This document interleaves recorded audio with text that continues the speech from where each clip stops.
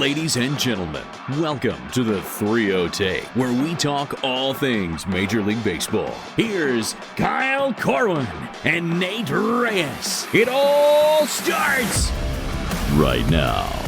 Ooh, welcome back to the 3-0 Take, presented by SeatGeek. This is episode 368. I'll be your host, Kyle Corwin, and I'm here with my co-host, Nate Reyes.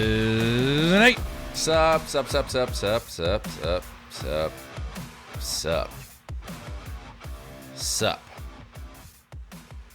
Voila. Dating myself a little bit. That's got to be... That's like season 1, isn't it? When they're doing that? I think it was season 1. Could even be like first episode. Oh, I'm not even talking The Office. I'm talking about that. Wasn't it like a beer commercial or something that they were... commercial, I think. Yeah, that they were referencing. That was like the... Yeah. God, was that like the early 2000s? Way back. Yeah. Old. What's up? What's up? I didn't want to be the one to bring it up, but I know you're not. Well, maybe you were going to bring it up because you do like the occasional put me on the spot, put me on blast every now and then. Mm-hmm. This whole home run derby conspiracy, like the participant thing that we got into the other day, what happened? Because nobody reached out to me. And if you're hearing this, you have no idea what I'm talking about.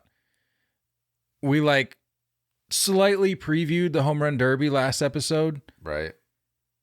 And I ran through the participants. Nobody said boo. I included Juan Soto, I believe, in the mix of people. And apparently Juan Soto was never in the home run derby this year, like to begin with, which is not my fault that I included him because I pulled the list directly from an article because I wanted to make sure I had all the participants. So it's not like I just was going like off the top of my head. I listed all the names that were in this article that I pulled directly from because it was already bulleted. And I just copied and pasted just to make sure I had everybody. And it turns out Juan Soto was not in the home run derby to begin with. So what happened? Like, did he announce that he was in this and then back out or what? Because people were then coming after me because Luis Robert announced that he was in the home run derby. And then I said, all right, there it is. That's all 8. Right. I thought we were done. Yeah. Good to go. And then Adolis Garcia was like, yeah, let's run it. And I'm like, oh, are we doing 9 this year? Because you're the one on the outside looking in, my friend. And then apparently he was the 8th and final participant. So what happened? Do you have any idea? I'm like looking up, you know where you can go Google and like you can look up news. I don't see anything about it. And that's why I said it's a conspiracy, because I Googled every combination of phraseology, like Juan Soto 2023 home run derby participants 2023 what Seattle. article did you read? I don't know. And maybe that's on me for not vetting my sources, but one would think that's not something you need to vet too deep. So, right. Yeah. I see an article that says home run derby field, blah, blah, blah. And I click it, pull the list, and I read off Juan Soto's name. Juan Soto's not in the home run derby. I don't know, man. So something got wiped. There's something going on here. I'm gonna need somebody to look into that because that was not on me. So I don't want to hear about it anymore. Okay. It's definitely not on me. Don't shoot the messenger. It's definitely not on Nate. Nate was just happily listening along. He was happily listening. And like I said, Nate didn't object. Nobody immediately objected after the fact. No one said anything. No comments anywhere. Nothing. Nobody said anything. And it's obvious people aren't even really listening to us, I think. They're just... Yeah, that's a fair assumption. Yeah, just throw it on. It's more of like background music. People just turn laundry. It on. Yeah. Do some laundry. It's what they put on when they leave, like for their dogs. They just put on some like white noise. I bet you we have a fabulous... Shout out dogs. Yeah. We have a fabulous listenership when it comes to the dog population. 100%. So shout out you guys. That makes sense, actually. big time listeners have no clue as to what we're saying, but at the same time, they know exactly what we're talking about. Just filtering through 300 and what are we at now? 368. Goodness. So all dogs out there, we appreciate you. You want to talk about some injuries out in LA/Anaheim? Because that seems to be taking over the waves as of late on both sides. You got some names going down for the Dodgers. You got some names going down for the Angels. Just a big IL mess out there in Los Angeles, Anaheim, California of LA. Let's start with the Angels. Mike Trout, it was announced, will be out 4 to 8 weeks due to a left wrist fracture. Did you by chance, did you see the video? Yeah, just looked like a awkward swing. But he's a freak. So some dudes just generate a ton of torque in their swing and can break wrists, apparently. Poor guy, though.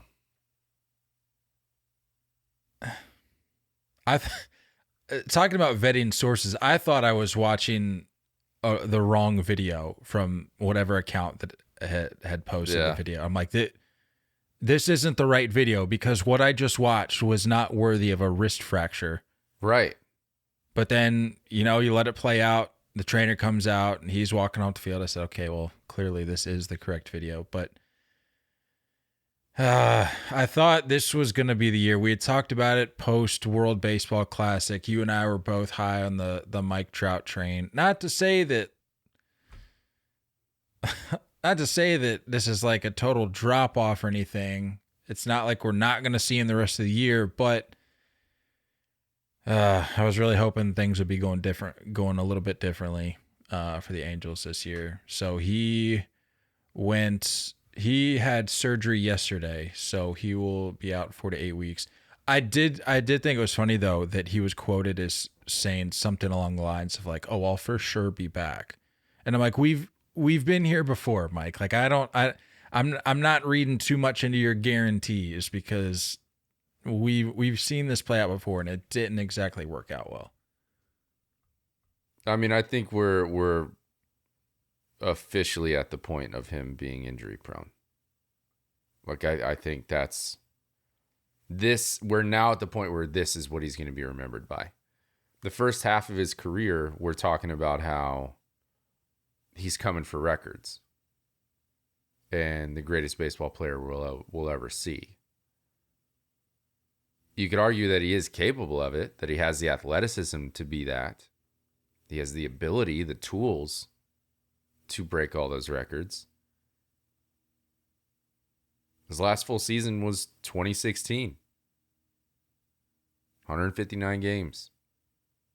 I mean, 2012 was his first full-time year, 139 games. And then he went 157, 157, 159, 159. Then 2017 rolls around, 114. All right. 2018, 2019, 140, 134. Okay, so he's playing more games. It's maybe one IL stint during those times. And then 2020 is a wash. 2021, 36 games. Last year, 119. And this year, I mean, we're talking, I'm assuming, going to be around the same range, the 115 to 120. And you're talking about injuries that are all over the body, too. Yep. They're everywhere. It's not like this chronic back issue that Kershaw is dealing with throughout his career. This is it's a strange injury. And what's odd to me, it's that it's not like a Byron Buxton thing where he's going balls to the wall. Yeah. And just being reckless with his body. This is normal baseball activity stuff that's happening. And it's taking him out. But as a fan, and I mean, an IL stint's an IL stint at the end of the day. But as a fan, as an Angels fan, or just a Mike Trout fan, wouldn't you almost prefer it to be that way than something that's chronic or something that's nagging? Because we've seen instances of guys throughout the course of baseball history where it's like, man, imagine what player X could have been had it not been for that hamstring, that back, that shoulder. At least with Trout, it seems like, and again, I'm not saying it's any better because he's missing time regardless, but it more so speaks to the generalities of his injuries and just his overall injury proneness, if you will. Yeah. Instead of it just being like, well, he seemingly can't get over this fill in the blank injury. Right. Because that almost seems more depressing, because it's like you've got this gem, you've got this guy who, like we just talked about, was being talked about as the greatest baseball player we could ever see when it was all said and done. And if he was to end up in a situation where it was just the same nagging thing, I don't know if that would make me feel any better, but at least as of late, it seems it's something different each time. Yeah. So it's like, okay, well, he's just having a hard time staying healthy. It's not like he's rehabbing this one particular thing over and over, and it just keeps backfiring on him over and over and over. I don't know. Again, doesn't make it feel any better, but it's different than maybe some of the bigger names we've seen over the years who just can't get over the one hump. I think you can argue that Ohtani most likely moving on from the Angels is a little bit of a blessing.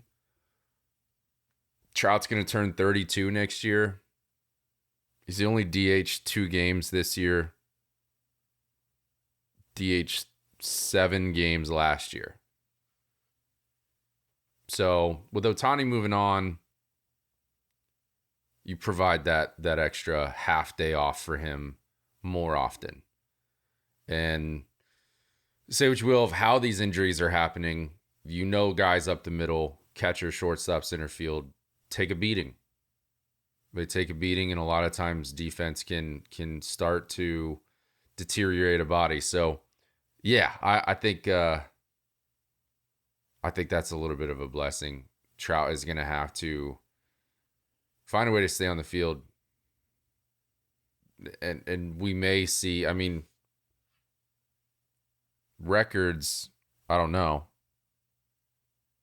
He's at 368 career home runs, 940 RBIs. So, he's probably going to be the next Griffey, where there's going to be an entire generation saying, this was the greatest baseball player I ever witnessed.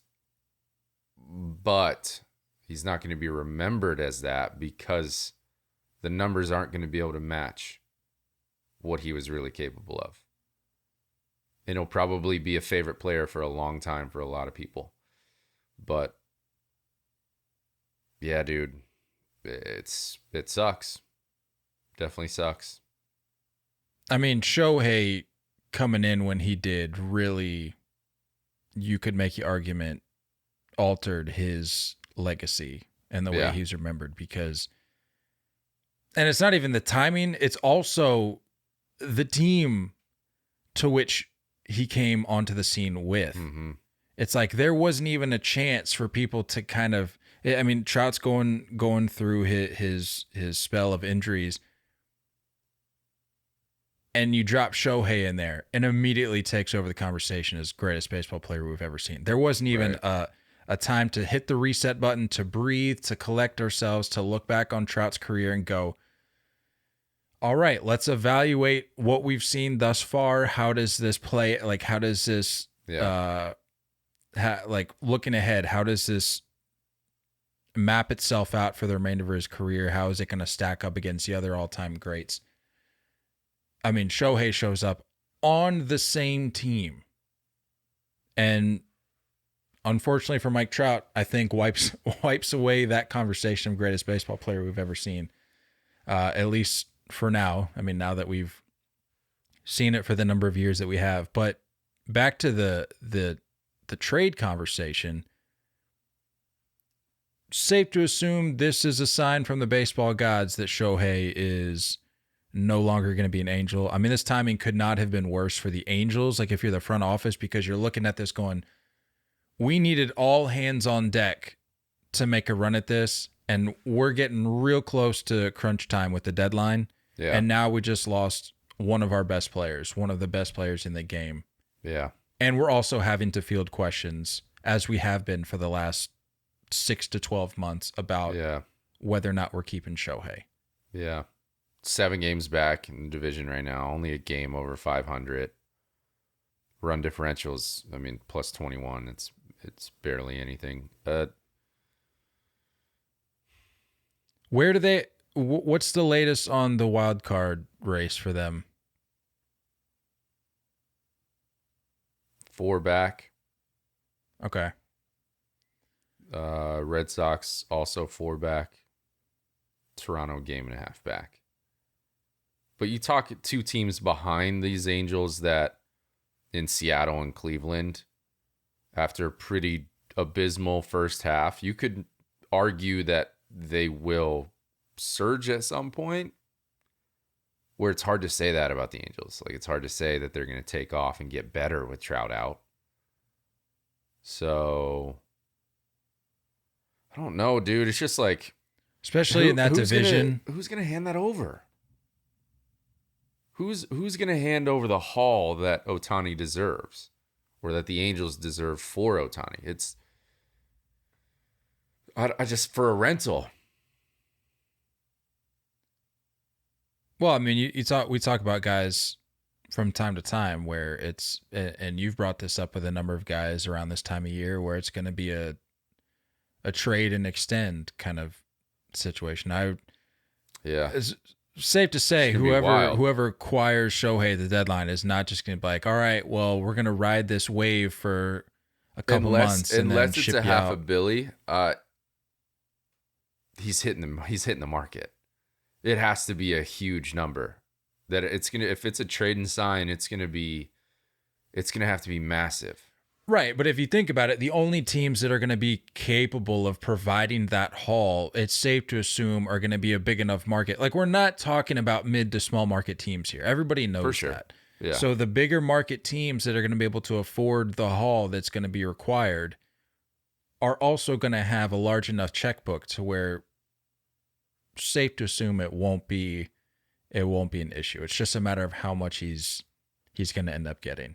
Yeah. And you see these articles all the time about, forget Shohei as the one guy. Look at him as though he's two all-star caliber players, a pitcher and a hitter. Sure. And how would you pay, if you're just paying for Shohei the pitcher, how are you paying him? If you pay for Shohei the hitter, how are you paying him? Take those two numbers, throw them together. You may even have to add a little bit of a sweetener in there because it's Shohei and he's not 2 players. He's one guy. Yeah. So $500 million, I mean, is that what we're looking at for this contract? Well, everything's projecting what you said. I saw something the other day of like what he deserves as a pitcher, what he deserves as a hitter. And, you're looking at like 2 to 250 as just a pitcher. And you know that the hitting is arguably more valuable. So sure, you're getting over 3 as a hitter. Yeah, it's going to be $500 million. But, I mean, age-wise, how old is he? He's 29.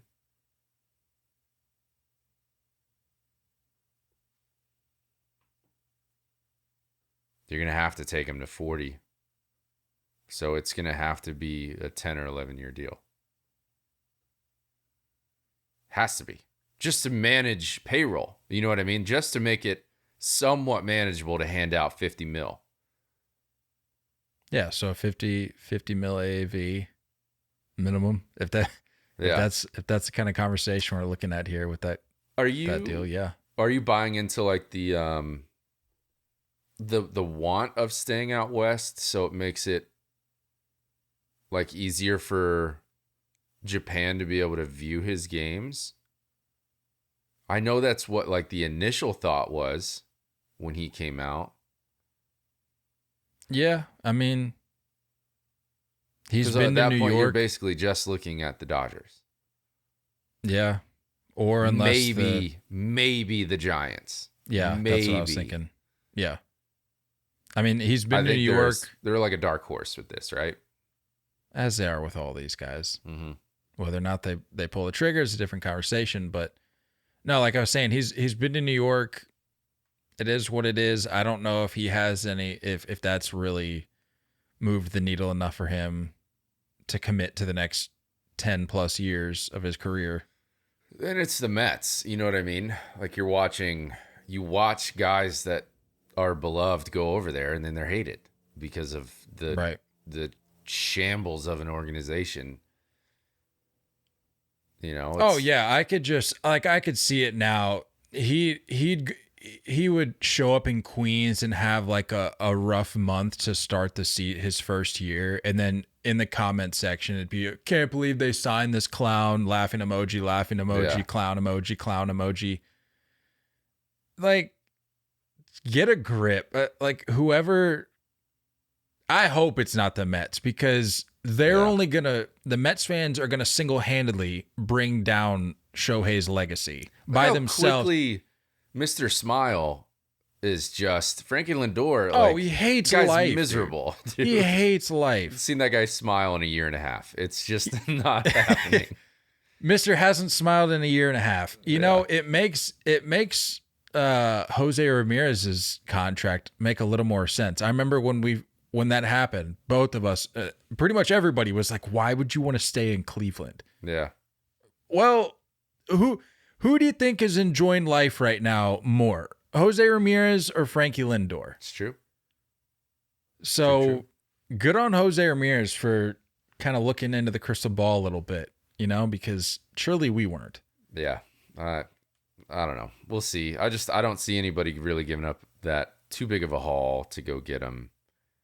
If it is, I think it's going to have to be the Angels accepting a lot of payroll, which I don't think they're going to do. Like, I think whoever does try to attempt to trade for them, you take the Yankees as an example, and I'm not saying this, that the Yankees are more interested than any other team, but like, you're going to have to talk about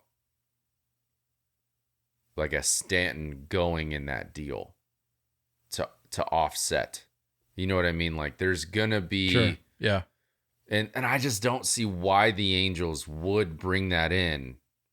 You know what I'm saying? Like, why take half of what we would spend on Ohtani? It's just, you know, it's going to be a multitude of big league ready guys.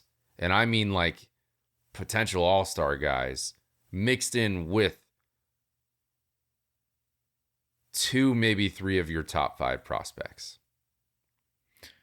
I mean, to put it into perspective, I've like entertained the idea of what it would look like to trade for him in fantasy baseball. And every time I think about it, my brain breaks because I'm like, I don't even know how do you go about trading for a guy like that? It doesn't, I can't wrap my head around it because it's like, okay, if you're trading for a big arm, say you're like a GM, you're trying to trade for a big arm, you're going to give some prospects, maybe some big prospects, highly ranked prospects, and then maybe like a major league adequate arm to kind of offset the time that you have to wait for on the prospects. But with Shohei, it's not just that you would be trading for a guy who's a good pitcher and a good hitter. You're trading for a guy that's almost top of the game in both categories. Yeah. So it just doesn't even make any sense. All I do know is that whoever acquires him may have to chip in a little extra for some Blistex, because kind of sticking on theme here with the injury conversation, Shohei was pulled from his last start with a blister. Did you know after he got pulled in that start it was following the first instance of him giving back-to-back home runs. Really? Yeah. It was, why do I want to say Cronenworth and Bogey? It was Bogey and somebody. I can't remember who the other one was. But yeah, gets pulled from blister, says he will likely not be pitching he said, quote, as of now, I'm planning on not pitching regarding the All-Star game. So at best, we will see Shohei on the offensive side of things. If everything goes well, if his quote road to recovery goes well over the next few days. But yeah, Angels are down bad, and not to mention Anthony Rendon. I think I saw was on crutches or something. So that's fun. Couldn't be more done with him. Couldn't be more done with that entire thing. That would be interesting as well. I wonder if the Angels would offload if there was a package. Take Shohei, take Rendon with you. You know what I mean? Like, if we're gonna give you this, you gotta help us out a little bit. I could see that too. That would be interesting. I don't know if you can trade someone while they're on the IL though. I don't know the rules around that. I'm assuming Rendon's on the IL, being on crutches. No, he. Last I checked, day-to-day. Last I checked, he was not, because it sounds like there was a chance that he could play Friday. So they didn't want to. That's what I read. They may have updated that this morning, but the last I read is that there was a chance he could play, so they didn't want to commit to putting him on the IL.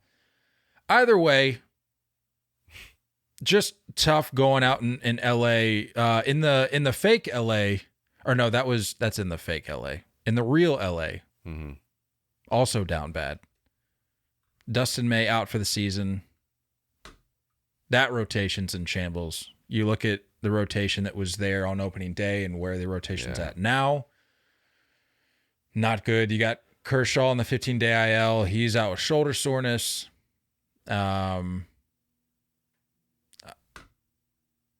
Safe to assume Dodgers are going to be picking up an arm at the deadline.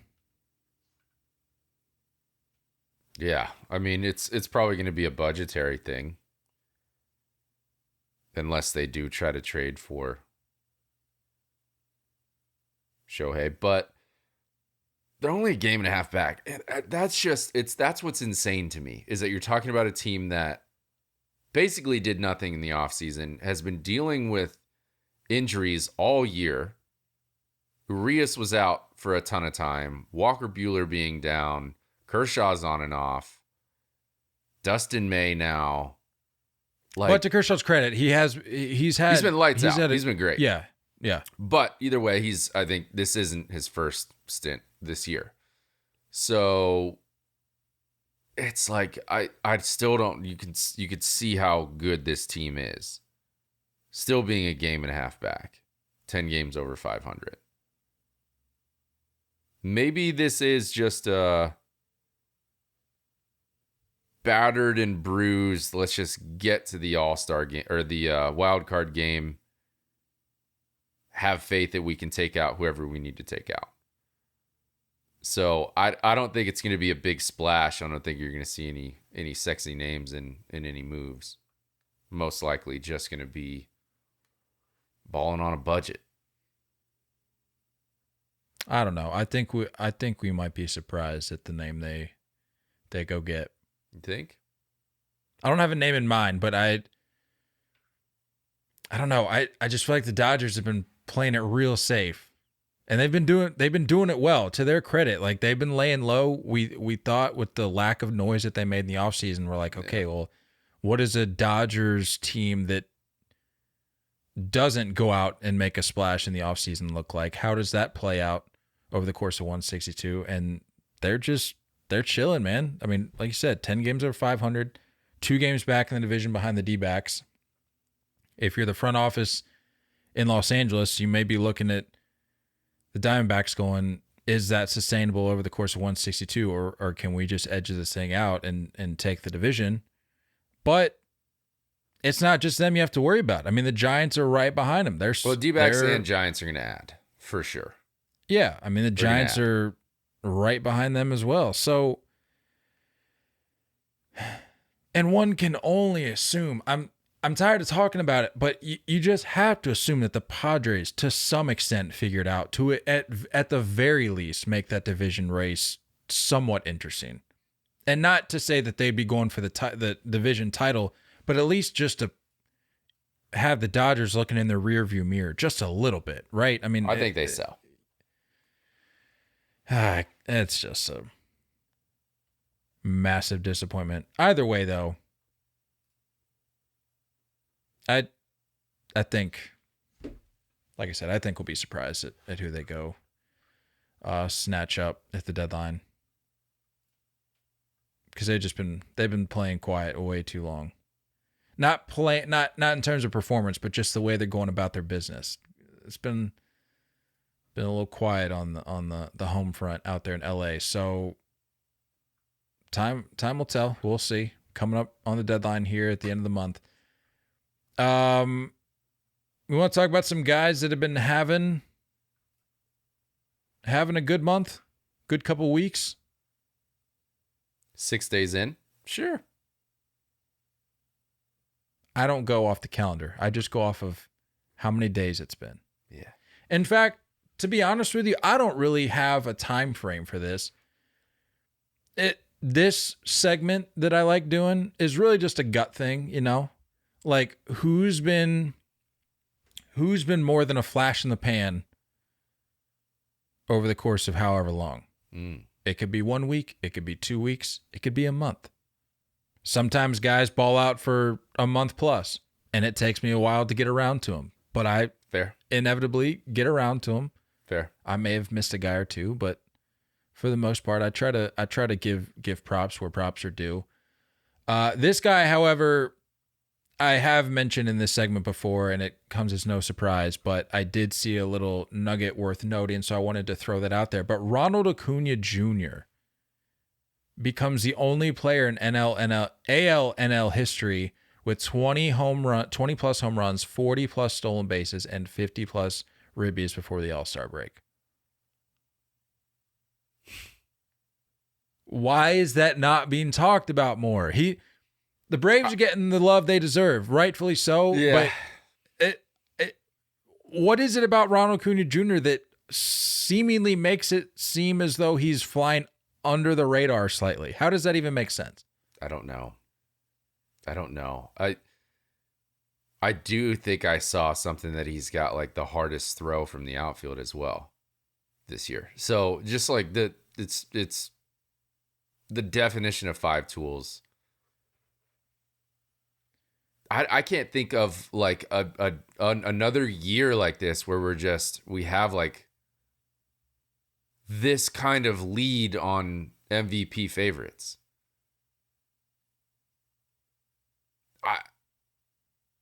I don't get it. I don't get, this guy's such a freak. It's insane. I remember the first month joking about 40-40, maybe 50-50. You could argue his power hasn't even really truly shown up the way that we're used to. You could argue that. 40-40 seems like a lock at this point. Just got to stay healthy. Well, he's got half of it already taken care of. Yeah. That's what I'm saying. It's basically a lock. Good to go there. I think we can bank on Ronnie getting at least, he has 20 plus, but what is he actually at right now? I haven't even checked. Jax? Yeah. It's like 21. Please hold. 21. Yeah, sure enough. Yeah, so 19 post All-Star break. Yeah. 40-40 is a lock. I see it. And now with these new rules, it's like I don't see how that is going to. This isn't a fluke. Is this an annual occurrence for Ronald Acuña Jr.? Yes. 40-40. The man is a walking 30-30 guy. Like, if he stays on the field. Say it. Can't say don't perennial. Play it, I could say 40-40 threat, but like a lock on a 30-30 is absurd. Like a lock. We're gonna have 15 30-30 guys this year. That's a little generous. Maybe I would love 10. I'd love to know the actual number on that. It's got to be astronomical compared to last year, I'm sure. Corbin Carroll is gonna be a 30-30 guy. I don't know what Luis Roberts looking like stolen base wise, but he's at 25 jacks already. Talk about a crazy story with Corbin Carroll. I want to see him set the overall mark. Give me 75 jacks, Corbin Carroll. All right. It's fine with me. I got him on the squad, so give me a 75 Farquad. Give me a 75-60 year and I'll be happy. Sheesh. No, why would I even play it safe like that? 75-100. There you go. If you're worth the contract that they signed you to, you'll put up 75-100 this year. You got some work to do. 300, by the way. He is. Sorry, I don't know why I asked that like a question. He is hitting over 300. Bro. What's the mark at for Corbin Carroll? I think last I saw he was at 19 jacks. Please hold 18. Hitting 292 and has so I thought he was at 300. 24 swipes. No, I was asking the mark about his average, but you said it's 292. 292 with a 930 OPS. He must have had a down week because I swear when I checked at the start of last week, I was doing a little sniffing around on Nate's fantasy roster. Were you taking a look, evaluating my options, and I was poking around a little bit, and at the time I swear he was 300 plus, but must have had a down week or something. I don't know. Multiple teams interested in my boy. He ain't going anywhere. We don't need to talk about it. Manny Machado. Gotta give love to the OG bum list creator. The inaugural member of the bum list. Manny Machado, he has redeemed himself in our eyes. Quite honestly, the greatest honor one could achieve in this sport. I would agree. Redeeming yourselves in the eyes of if you can work your way off the bum list, you're in good shape. Nobel Prize, basically same thing. The baseball Nobel Prize. Manny Machado has recorded 4 multi-hit games over 5 games so far this month, going 9 for 20 with 3 bombs and 8 ribbies in that span. To put things in perspective, as we all know, Machado had a less than desirable year this year. He had 4 home runs in all of June. That was over 26 games, and he has 3.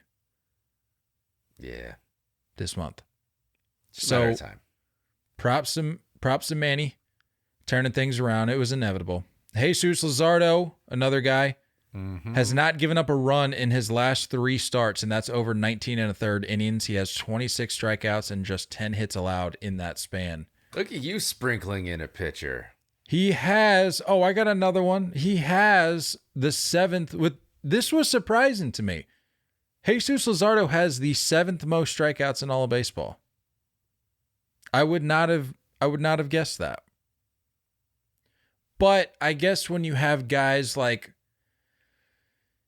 and I'm just kind of speculating here. I don't entirely know their exact strikeout numbers right now, but when you have guys like Scherzer and Verlander who are not like corralling the top of that list, right? It gives the space, it gives room for guys like Jesus Luzardo to slide in there. But he's been having a good stretch as of late. Another pitcher, Pablo Lopez. I believe we dropped his name last episode, or maybe the episode before that, as we once again referenced the trade. I think we were just talking a little noise about him too. Anytime we talk noise on somebody, they turn around and just have the lights out. That's exactly right. Pablo Lopez, his last start went CG, 0 runs, 4 hits, and 12 Ks. It was the best outing of his career. But his last 3 starts, he's gone 21 innings with 28 strikeouts. Has 5 quality starts in his last 6 starts, posting a 2.72 ERA, a .96 WHIP, and has a 52-9 strikeout to walk ratio through 39 2/3 innings in that time. When did he? That was yesterday, Wednesday. His last start. Yeah. Yes. There's got to be something that's like up top in a pitcher's noggin, or like heading into All-Star break. I'm not necessarily emptying the tank, but you can give that extra half gear where you can turn it up a bit, knowing you're going in with a nice little break. Yeah. Not going to be pitching the All-Star game. Yeah. Not surprised. You might see a couple of those performances this weekend, I think. Yeah, I would agree. There's a bunch of, correct me if I'm wrong, a bunch of 2-game series, no? Or at least a few that I saw. I'm a fan. Which I don't remember that really being a thing, but maybe it has been heading into the All-Star break. But I squeeze them in. All right, maybe a lot of 2-game series was a stretch, but I think I saw at least a few for some teams. Little old 2-game series. I don't know. I don't know either. Do we want to go into some fantasy players to consider adding, or we want to do weekend series? Should we wrap it up with weekend series? Yeah, let's wrap it up with weekend series. Some fantasy players to consider adding to your squad. Right off the top here, yes, another pitcher that I'm talking about, believe it or not. Dane Dunning, 32.4% rostered in ESPN leagues. He's got a 2.61 ERA and a 1.1 WHIP on the year. His last 4 starts, he's put up efforts of 12 points, 12 points, 30 points, and 15 points. And 3 of those 4 starts were against AL East opponents. So you know that he is seeing some offenses in that stretch. His last start before the All-Star break will be on Sunday versus the Nationals. So safe to assume you can bank on him at least having a halfway decent outing. Even if he's not on top of his game, he's going up against a uninspiring National squad. So consider adding him to your roster. Like I said, he's only rostered in 32.4% right now. So consider the addition heading into the weekend. Craig Kimbrell. Didn't think I'd be including his name in this list, but didn't know man was still relevant. He's he's proven himself to be a somewhat worthy addition in fantasy. He's rostered right now across 31.3% of teams. He's got a 3.60 ERA, .97 WHIP, and you can credit that ERA to a rocky start to the year. But his really seemingly found his stride on the year. He's 13 for 13 in save opportunities, and he's currently riding an 11-inning scoreless streak, and 7 of those innings in that span were perfect innings. So might not be a bad idea if you need a reliever or closer. Yeah. To maybe add old Craig Kimbrell. And last on my list here, Ha-Seong Kim. He's rostered in 28.9% of leagues, and he has recently seen a 10.7% bump in those roster additions. He has a career high 15 stolen bases already, and we haven't even reached the All-Star break. He's 1 home run shy of his career high. He has 10 on the year, and he is currently sporting a career high walk rate at 11.7%. And as a leadoff, that's what you want. You want to see it. You want to have a guy that sees pitches. You want to have a guy that gets on base, and he is doing that. And with those ABs that he's getting, he's going to have opportunities to get some points for you. But he's been crushing it as of late. Entering Wednesday, he was slashing 289, 377, 644 with 5 home runs, 10 RBIs over his previous 11 games. So if you need a depth piece for your position players, consider adding him. Can't do that in our league because he's already on my team. So yeah, too deep in our league. Dude's filling a role though. He absolutely is. We're making a lot of. I've been looking into a lot of responses regarding his performance as of late from Padres fans, and a lot of people are second guessing the Xander Bogaerts deal a little bit now with the way Ha-Seong Kim has been playing. Wondering, like, you had a guy that was more than capable of filling an infield spot, can bounce around if need be. But that's no, I'm not buying that. That's easy to flip the script. When Xander signed, they were not talking about Ha-Seong Kim the way they're talking about him now. So I'm not going to buy the revisionist history. Anyway, that's what I got. Could argue that's one of the names they move on from at the deadline. Ha-Seong Kim? Never know. Yeah, it's possible. You only have so many names you can move. Everyone's locked down. Sure. So Trent Grisham. See, they just DFA'd Nelly Cruz. I did see that, yeah. So you gonna find a job? I saw a bunch of comments on that being like, what did you expect from like a 60-year-old DH? Like, I don't know what they were exactly anticipating or hoping for, but I'm sure he'll land on his feet somewhere. But you got to think that this is probably the last year we see him. I think he'll finish out the year with somebody. Maybe even give like a playoff run jolt to some degree, but I don't see him. But a Mariners return.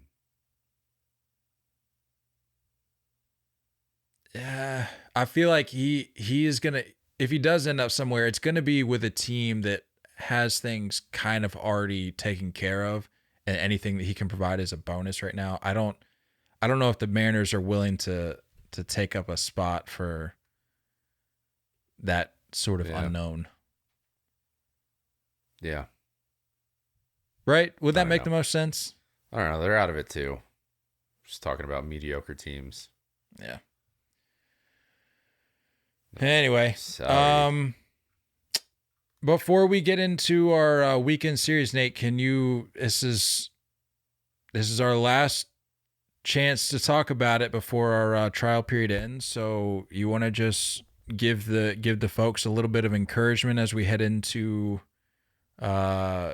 Friday, which is the final day. Do you like us? Do you like your balls? Do you like hair? Those are the 3 questions you need to ask yourself. Let's start with the last one. Do you like hair? Not on your balls, so we got to get rid of that somehow. What was the second question? Do you like your balls? Sometimes they get in the way, but, overall, they are what they are. And do you like us? Do you want to FaceTime with us? Do you want to hang out with us for a little bit? Chat a little something. We could talk balls. We could talk baseballs. Whatever you want to talk about. If you have your answers to those 3 questions, go purchase something. Manscaped.com. Promo code 30take. 20% off, free shipping as well. You can buy whatever you want. Screenshot, click those side buttons. I'm not talking to any Android people. I don't even know. Can you screenshot on those? I doubt it. Screenshot on your iPhone. Send it to us. If we're being honest real quick, from what I can gather, we're not going to FaceTime an Android user anyway. So, well, don't say that up front. if you're an Android person, I think there's one I'm specifically thinking about right now. I know who you're thinking of. If there's one thing that we can acknowledge, I think it's that Android comes out with all of these features like well before iPhone, and then way iPhone's before, just late to the party. So we're not gonna drag Android like that. But anyway, continue. What do you think they call it? They definitely don't call it screenshot. They call it something weird. They call it shot screen. Screen take grab. A shot screen, screenshot, screen grab, screen capture of your purchase. Oh, DM us. They're definitely screen capture. That just makes the most sense. Yeah, a little bougie. Nerds. Send it over to us. Proof of your purchase. We will do a little drawing, and we're gonna hang out over FaceTime for a little bit. So get that done. Again, promo code 30take, 20% off, free shipping. Ask yourself those first 3 questions I asked you. Then you will get your answer. Manscaped. Yes, and that trial period that we're in with Manscaped ends Friday as a reminder. So Mañana, 7/7. If you're listening today, Thursday, July 6th, ends tomorrow. So you're running out of time. But anything you can do to help us out would be greatly appreciated. As we've mentioned before, trying to lock down Manscaped long term. So anything our wonderful, wonderful listeners can do to help us out, and that includes Android users. We love you guys too. We're just giving you a hard time. We might love you a little less, but we still love you. Anything you guys can do would be greatly appreciated. So with that said, let's get into some weekend series to keep an eye on as we wrap up the unofficial first half. I'll go first since you got your deep dive. Okay. Believe it or not, and if you're listening to this, you may not know where I'm going with this, but I from time to time I like taking this route of picking 2 scrub teams and treating it as like a cage match almost, where it's like somebody has to come out of this on the other end. It's going to be bloody both ways, but somebody has to come out of this in better shape than when they went into it. And for that reason, I'm going with the Mets versus the Padres. Oh. The 2 most talked about teams you could say in baseball because of how bad they've been outside of the Oakland Athletics, of course. Yeah. But just with the expectations they came into the season with, how they're playing right now, this is, and I think the timing of it is incredible as well. Like, you're going into the All-Star break, like you need to use this series as a launching pad into the second half. Like, take whatever momentum you can get. If you're a hitter, take whatever ABs that you can string together over the course of this weekend to get your confidence back, carry that into the break, hit the reset button, and then in this second half, just use what you were able to muster up this series. Game 1, we've got Justin Verlander going up against Yu Darvish. There's a lot of, if things were going well, if this was 2022, these would be some pretty good matchups. We'll see how it pans out in this series, but you got Justin Verlander against Yu Darvish. Game 2, you've got David Peterson versus Blake Snell, who I just talked about over the last week or so. He's been tearing it up. And then game 3, you got Max Scherzer versus it's TBD, but stand by. Let me check to see if there's been any updates. Game 3, Max Scherzer versus, undecided. So sweet. TBD, that'll be a great matchup. But yeah, like I said, this is one to keep an eye on to see who continues to spiral and maybe who can use this as a opportunity to turn things around. That's what I got, Nate. Who are you going with? Well, just a fun little matchup, just because it's rare and it's old-timey clubs playing each other. Cubs visiting the Yankees. Cubs are 40-45 this year. As of Thursday, going into Thursday's games, they're 3 out of the last 10 games. They're 3-7 in the last 10 games. Yankees are 48-39, 6-4 in their last 10. And I was trying to find a little nugget here before I went into like the actual matchups. I didn't realize that the Cubs are absolutely abysmal in Yankee Stadium. Abysmal. Wow. Since they met in the World Series in the 30s, I remember that series. The Cubs have held a lead at the end of 5 of those 112 innings, never after the 6th inning. So apparently they've never held a lead after the 6th inning since the 30s in Yankee Stadium. That's pretty wild. Wow, what a stat. Yeah, that's interesting. Shout out calltheopen.com. Bill Felber.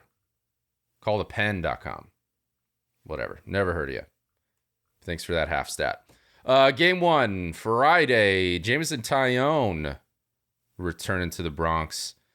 2-6 this year, 6.93 ERA in 63 2/3 innings pitched. Not exactly what the Cubs were hoping they signed. And overall, likes to give it up a little bit in Yankee Stadium. 31 career starts, obviously spent 21 and 22 with the Yankees. In those 31 career starts, 64 earned runs, 24 of those coming from the long ball. He is only at 47 points in fantasy this year, by the way. And I made a note here. April 15th was the last game he pitched where he didn't give up a run. Tough. On the Yankees side, finally making his debut, Carlos Rodon. Obviously, we know he signed a 6-year, $162 million deal with the Yankees in the offseason. Has dealt with some mystery injuries. The Yankees, they never like to reveal what the actual injuries are. But in his last 3 rehab starts, 10 2/3 innings total pitched, and 3 hits, only 1 earned run. So curious to see what we get out of him. You're not going to see a full-length start, most likely 65, 70 pitches. So kind of hope for maybe 5 out of him. Game 2, Drew Smyly, fantasy-wise, ranked 62nd among starting pitchers in fantasy. Decent year, 7-5, 4.10 ERA in 90 innings pitched. That's 147 total points in fantasy. Interesting, though. Me and my deep dive with stats. 45.1% fly ball rate for Drew Smyly. 10% of those are home runs. So you got the fly ball to home run ratio. That's at 10%. The Yankees rate 4th highest in fly ball rate as an offense, and have the highest home run fly ball ratio, obviously because of the dimensions, at a 16.9%. So that is a little mixture of trouble, I think, for Drew Smyly. Mm. What were we going to say? I was just saying, I feel like a proud dad hearing you talk about fly ball percentages and waving your marker. Just wow. Getting in there. What a long way. Dropping nuggets. So honestly, if you're a betting man, I would potentially look at the over on Saturday. Drew Smyly in Yankee Stadium. Dimensions, fly ball percentages. I just not sure that is going to be a good mixture for him. He is going up against Garrett Cole, 5th ranked starting pitcher in fantasy this year. 8-2, 2.79 ERA at 109 2/3 innings pitched. 266 overall fantasy points this year. Last time out, not great against St. Louis. 6 innings pitched, 6 hits, 2 earned runs, 5 strikeouts, and 2 walks. Decent, not great. Interesting note here, though. Curious about, Garrett Cole had that whole home run issue last year. He's basically cutting it in half this year. Home run to fly ball ratio is down to 8.8%. Last year was at 16.8%. So seems like he's kind of put a little bit of a Band-Aid on that for now. And then game 3, Sunday, Kyle Hendricks going for the Cubs. 3-3 this year, 2.64 ERA for Kyle Hendricks. To be fair, he's only thrown 47 2/3 innings, though.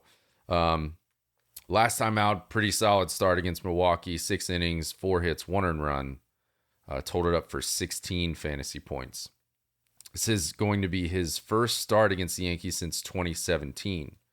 And sticking with the trend here, I think the ERA is attributed how he's gotten rid of the home run to fly ball ratio as well. Lowest of his career, actually, at 3.4%. He's averaged 11% on a home run to fly ball ratio in his career. So he's basically eliminated that. He's definitely a pitch to contact guy. He's not going to toss out a bunch of strikeouts, but yeah, good for Kyle Hendricks. I love when pitchers reinvent themselves and whatever you got to do to get out. Find a way to just get out. So good for him. Going against Domingo Germán, 52nd ranked pitcher in fantasy, 5-5 this year, 4.52 ERA, even after the perfect game. He's thrown 85 2/3 innings, 160 fantasy points. I think anyone can guess that, after a no-hitter or a perfect game, it's not exactly the best start afterwards. On Monday, he went 4 1/3 against the Orioles, 9 hits, 2 earned runs, 5 strikeouts for a total of 5 fantasy points. Little nuggets on him, nothing crazy. Uses off-speed pitches 60% of the time. A lot of curveballs and changeups. And that's what you kind of heard about Kotze's, the A's manager, comments about not going the other way with it. So I wanted to look into that a little bit. Teams are only going oppo against him 15% of the time. So a lot of teams are just kind of wrapping around those off-speed pitches. I think that's attributed to a little bit of Domingo's success this year. But overall, pretty exciting matchup. I don't know how many people are going to be super glued into that, but I do know that there's a lot of Cubs fans and there's a lot of Yankees fans in this country. So it's going to be a lot of people watching. It's going to be good. I love it. Closing the book, unless you got anything else. No. It was nothing. Little something, but it's going to be after. You want me to go? Yeah. It's nothing like headline worthy. It was more of just like a thought, a revelation that I had after seeing Pablo Lopez do what he did last outing, CG. I think it dawned on me that a complete game might be, I only thought about it for like 30 seconds. So I'm sure if I thought about it for any longer than that, I could probably come up with a list of some other things, but short list of favorite things in all of baseball at this point in time, with just the way that the game has shifted, the way that the game is approached from the perspective of starting pitchers versus relievers versus openers versus whatever. I really love CGs, and I just wanted to share that. So, yeah. All right. That's fair. I hear Rookie yelling at you back there. Can you hear him? Yeah. Oh, yeah. Yeah. It's probably time to go out. So we should, what do you got? We can get out of here. Well, what, how much time do we have left? What are we at? What's our timer at? I'm going to say 17. It's whatever. We're at we're like a little over an hour right now. So okay, cool. It's whatever Rookie says our time is. Yeah, that's fair. I didn't even really talk to you about this. And with this podcast, we don't try not to get into anything outside of baseball. for a multitude of reasons, baseball for us is an escape, and we try to make sure that this podcast in a way can be an escape for a lot of people to kind of back away from real world stuff. And we definitely don't want to do or say anything that could be polarizing or divisive in any way. But I kind of feel like I'm called to talk about this a little bit. 4th of July, me and Paige's family went to the movies, and we saw a movie called Sound of Freedom. And for those who don't really know what that is, it's a movie that is, I would say, probably one of the most important movies I've ever seen. Not based on enjoyment of the movie, not based on acting or production of the film or anything like that. It was, it's about child sex trafficking.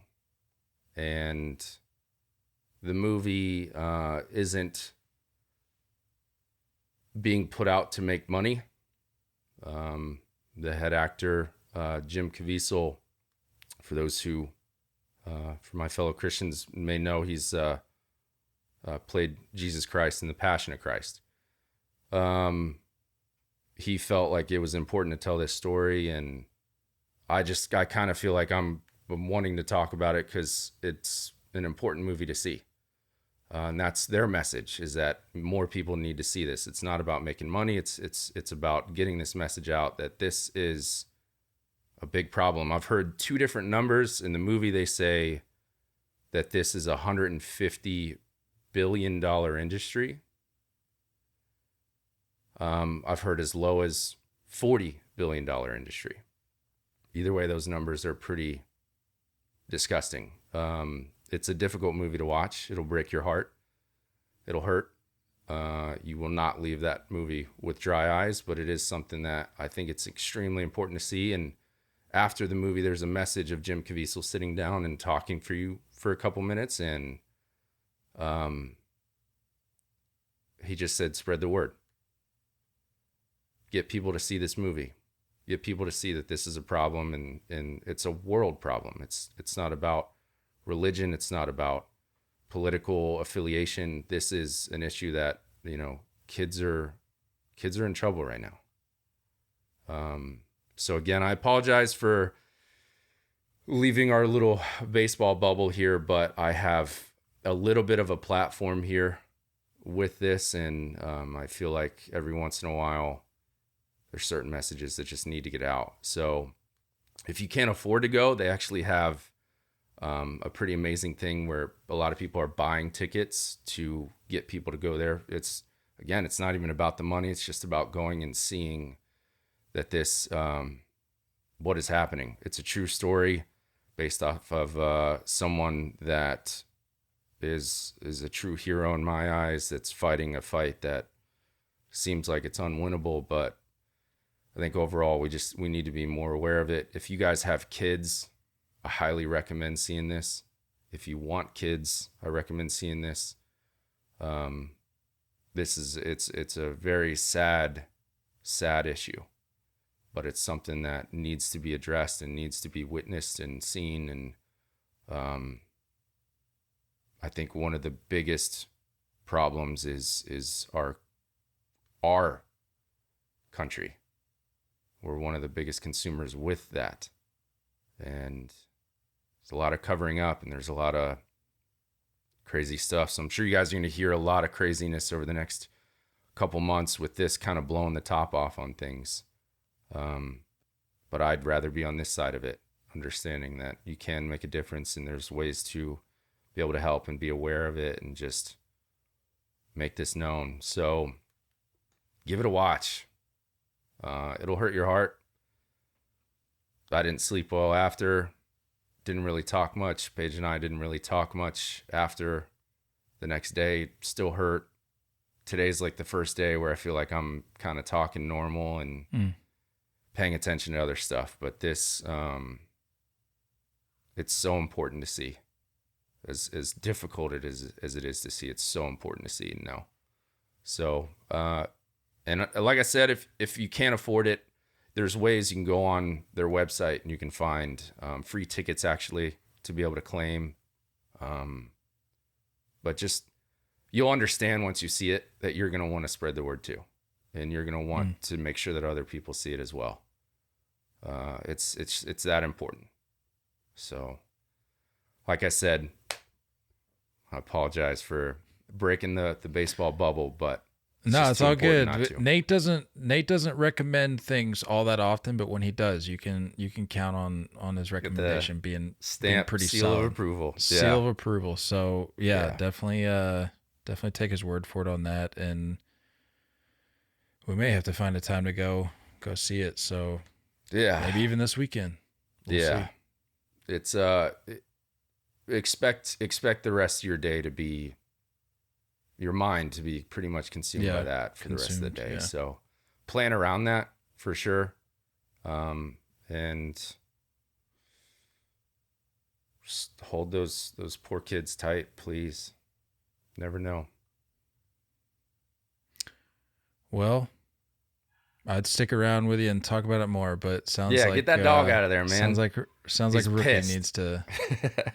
needs to get out for a little potty visit. But that's all we got for you. We'll see you guys next week for a little home run derby preview. That's all I got. Yes, sir. Don't go chasing curveballs, guys. We love you all, and as always, looking forward to talking more baseball with you guys soon. Until next time, stay filthy.